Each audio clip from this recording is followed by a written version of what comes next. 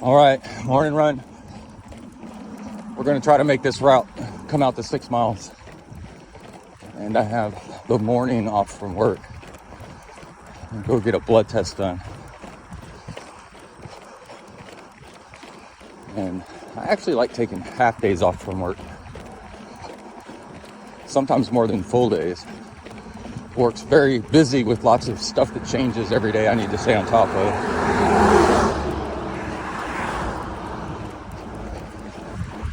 And it's weird, just like right before you go on vacation, you get more done than you ever have before.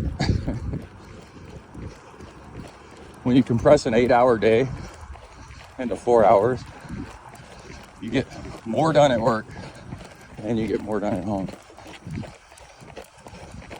It'd be really cool to see an experiment on 4-hour work days. So we'll see. All right, be right back. See how we go.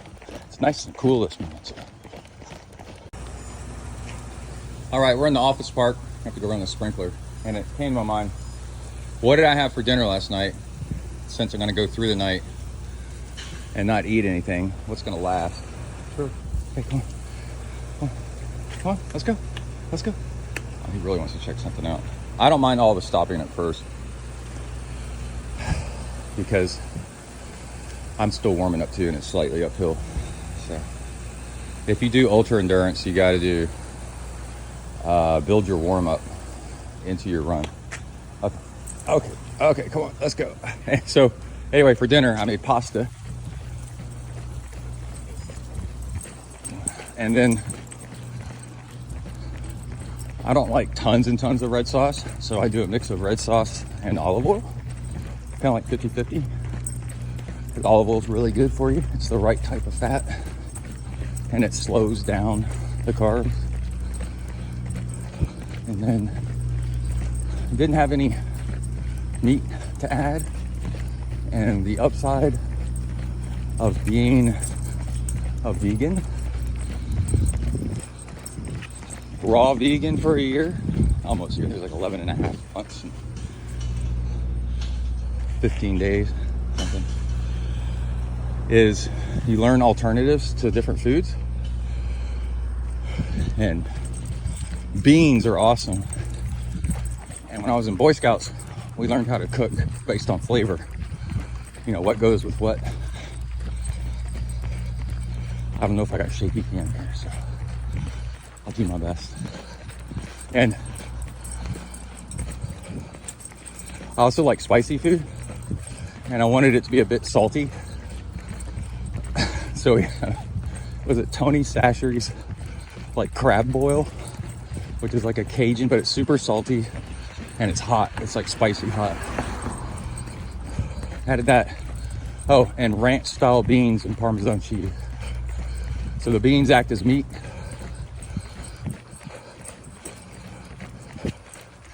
And after an evening gravel bike ride, which I made a long video, made an hour video, which will be coming out soon. Put all that salty, carby, healthy, fatty with olive oil all together. Was there anything else? Oh, oregano. Lots of oregano for some greens. And that's what I had for dinner. All right, we'll be right back. All right, now, Stellar, we got sunflowers. Look at them. Freak out the car. We turn left and see more sunflowers. I saw this thing, be a man, go to the hardware store and smell the lumber. And I was like, oh, spot something very interesting in there. Let's leave it alone. Got more sunflowers. But actually, I was recording right now to talk about, got the Amaze Fit. There's more sunflowers right there. Let's get up. Get up and see. The light's not so good right there. But the Amaze Fit T-Rex, and the numbers are off because of the stopping and walking. It's just but this morning, and the app on my phone, I didn't look at it, see the last time I charged it, but I bet it's about 4 or 5 days. and it had 22% left. And I pretty much only use it for running, but then it's on all the time, you know. So the ultimate goal with rechargeable devices is when you actually think about recharging it, like, oh, I wonder if I should recharge my watch. It's still got reserve left. That's what you want. And that's what I hit. So, pretty good.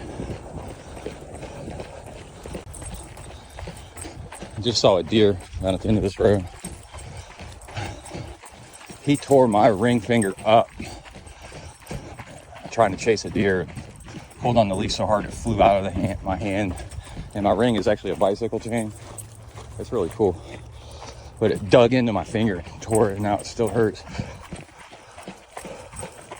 The abrasion. But also we went by an apartment complex. And people walk their dogs right outside the apartment complex. And it was constant stopping, and peeing. To where the point I had to drag them. So we're gonna have to circumvent that. All right, look at that sunrise. Look at it. Look at it. And it's a little bit cooler this morning. Somebody behind me. But I thought I'd show real quick. When you run with water bottles with a little bit of drippy top, oh, I need to clean the top of that. You can dribble. You just open the top and then tap on your head. River, come on, let's go. And it lets out this tiny dribble of water. And if you've got waterproof headphones,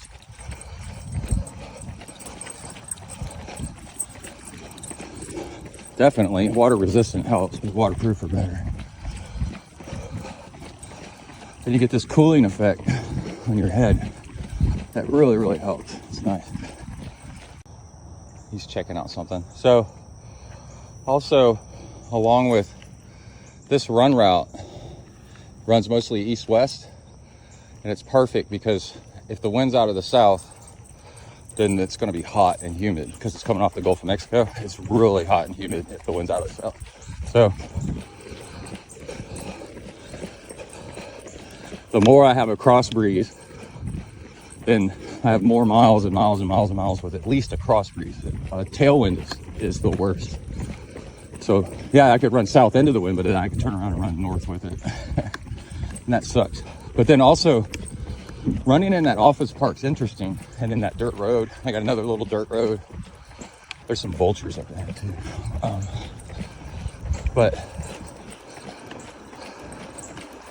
yeah, he's got his eye on him. The variety of a run course, instead of being looking behind me, make sure there's no cars coming since it's getting louder, and makes the run go by really fast compared to just the same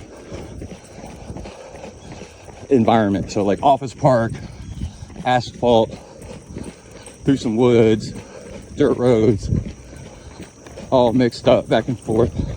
Down a boulevard. Ooh, dead armadillo. Oh, okay. Those are what we call turkey buzzards, or type of vulture. If a buzzard is a vulture, it's the same thing. I had a friend visiting me from New York. We were riding together. And she was like, "What is that?" And I was like, "Oh, it's probably a dead wild pig," which is more interesting because you see those vultures all the time. And so she's like, "No, those." I was like, "Oh, they're vultures are called turkey buzzards down here because of the size of a turkey."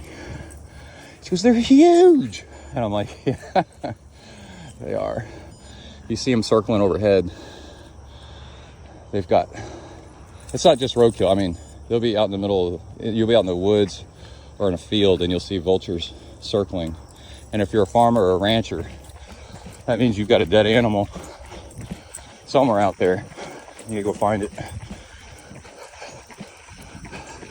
And it's funny when you run really long distances and you start looking really bad, they start hovering in the trees and hanging around, kind of like waiting for you. It seems like. And if you take a break on the side of the road on the bike and sit down, I've seen it. It's not often, but I've seen it. They'll start circling and be like, it's like they're waiting on you.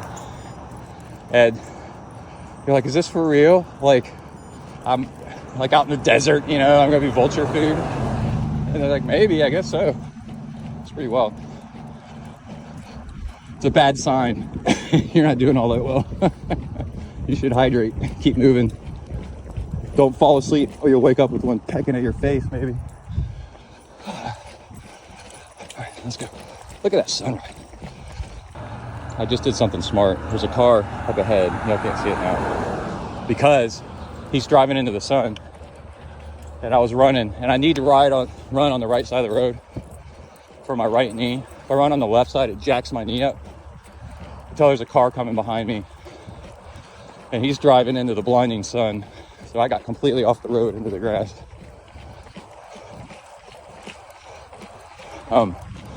We had a local cyclist that was a local favorite in the community, and he got hit and killed down the road over here.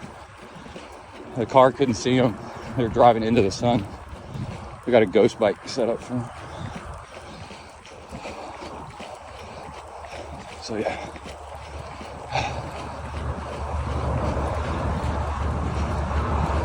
Gotta watch out for vehicles looking into the sun. They can't see you.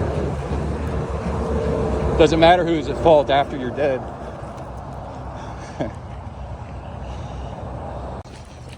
Okay, now I got the sun to our back. Cars can see us really well. But I wanted to mention, I'm making a video series on how to train like an endurance monk. A monk is where you're giving up everything and it's all you do.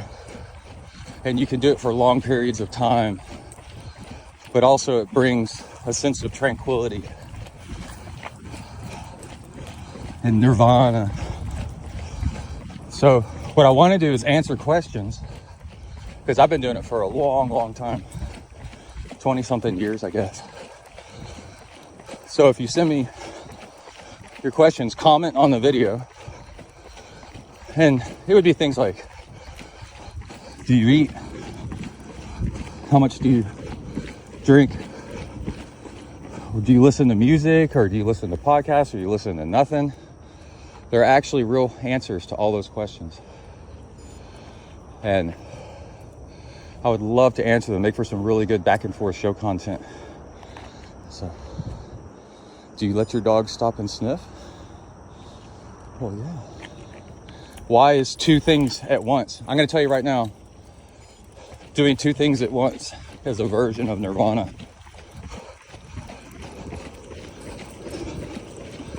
And that may confuse people, because then that's multitasking, but there's a different type of multitasking.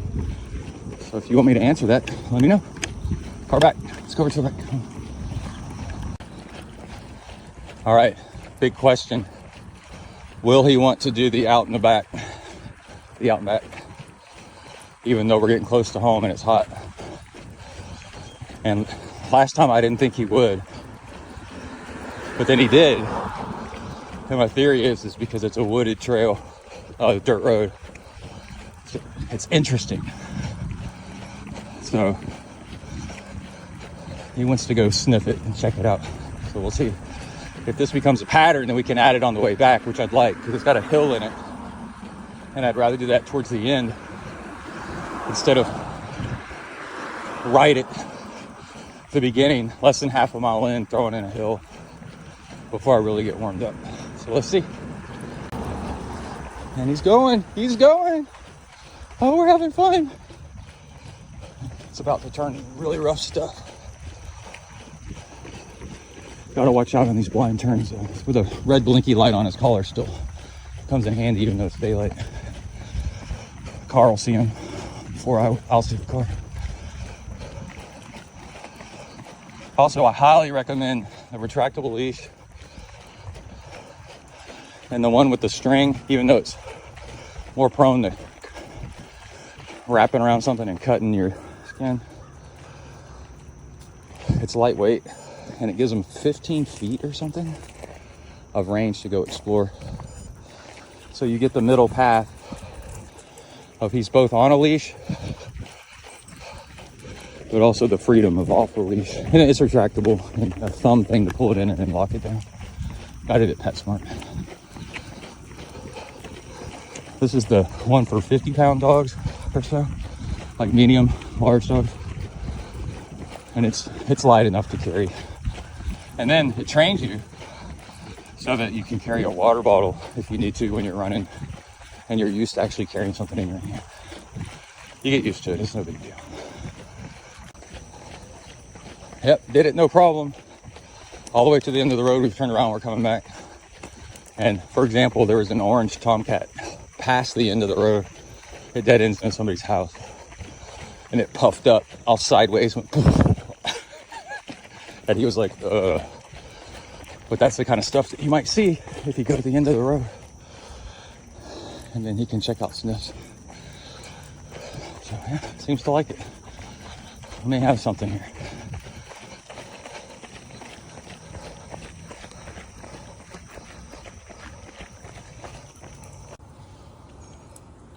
All right, we've got a route. Come on. We're 6.02 miles, but who's counting? At the bottom of our street, we can walk the rest of the way up. And the last third was, well, the first 2/3 was either flat or downhill. Very, very minor. It was a slow grade uphill on part of it. So, yeah, and that's the way you want to do it. And then you can choose how hard to go at the end. You can use those hills for intervals. Interval work, go hard at the end, or you can jog them easy or walk them and make it a harder run depending on how you're feeling. You want to start out running and then go by feel to see, like, okay, is this going to be an interval day or not, based on how quickly you warm up, how good you're feeling. And running downhill is actually almost always good because it's that eccentric, I think is what it's called, eccentric loading. The impact of running downhill is what keeps your legs from cramping up when you run really long distances and there's downhills in it that really start to hurt when you run downhill. And so if you mix that in with your running all the time, then you can delay that. But it takes like no energy to do it. So you could do that towards the beginning. So downhill at first, uphill at the end. All right, blood test time, bye.